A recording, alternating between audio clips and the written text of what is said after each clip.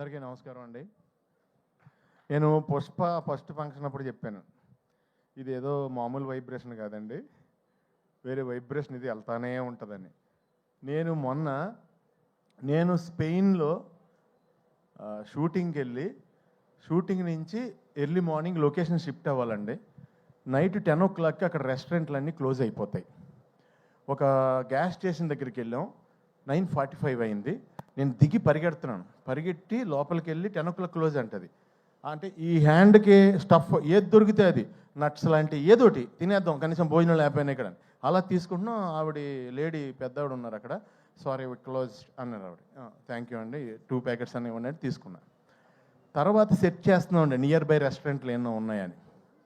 Kebab point అని ఒకటి ఉందండి. కబాబ్ పాయింట్ అంటే కనుక మన ఇండియన్ రెస్టారెంటు అని అనుకుని అక్కడ కబాబ్ పాయింట్ దగ్గరికి వెళ్ళామండి. బయట కొంతమంది కట్టేసి కబాబ్ పాయింట్ క్లోజ్ చేసి midnight స్పెయిన్లో 2 o'clockకి బయట నుంచుని వాళ్ళు అక్కడ నుంచి సిగరెట్లు కాలుస్తున్నారంటే ఆ ఓనర్ తాలూకు 2 brothers, లోపల ఒక బ్రదర్ ఉన్నాడు, పెద్ద బ్రదరు. మేము వెళ్ళాం, దిగాం. ఇలా వెనకాల డైరెక్షన్ డిపార్ట్మెంట్ ఒక వెహికల్, మాది ఒక వెహికల్. దిగ్గానే అతను ఇలా చూశాడు నన్ను.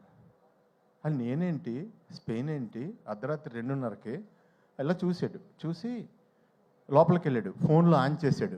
పుష్ప ఇంటర్వెల్ బ్లాక్ తీసుకొచ్చి చూపించాడు నాకు. తూ అయినా బై తూ అయినా అని. అది ఎవరిదంటే రెస్టారెంటు, అది Pakistani people restaurant in Spain.